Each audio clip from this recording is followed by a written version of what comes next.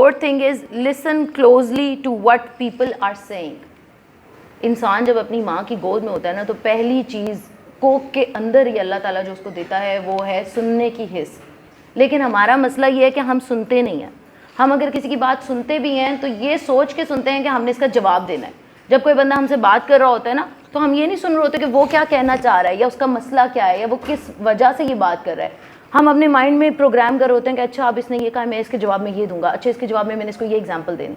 जवाब देने के बारे में नहीं सोचना, बात सुननी है कि वो कहना क्या चाह रहा है, उसका मसला क्या है, उसका इशू क्या है, वो किस चीज़ के बारे में कंसर्न्ड है. और वो कंसर्न हम तभी फाइंड आउट कर पाएंगे जब हम पूरा ध्यान उस बंदे के ऊपर रखेंगे. एंड इसी से रिलेटेड बात है कि listen closely to what people are not saying. कोई क्या नहीं कह रहा ये भी ज़रूरी है. वो हमसे पूछ ही नहीं रहा, भाई उसने हमसे सिर्फ ब्लॉग लिखवाना है, अपलोड नहीं करवाना.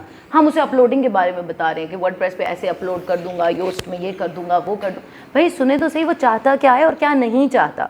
क्या चाहना भी ज़रूरी है और ये भी जानना कि वो क्या नहीं चाह रहा, what he is not expecting. Sometimes ये होता है कि क्लाइंट को पता ही नहीं होता किसी एडिशनल चीज़ का. हम उसे कहते हैं हम तुम्हें फेविकॉन भी दे देंगे, ये भी दे देंगे, वो ब्रांडिंग भी कर देंगे, कॉर्पोरेट आइडेंटिटी भी बना देंगे. उसने मांगी ही नहीं आपसे कॉर्पोरेट आइडेंटिटी, आप क्यों दे रहे हैं उसको.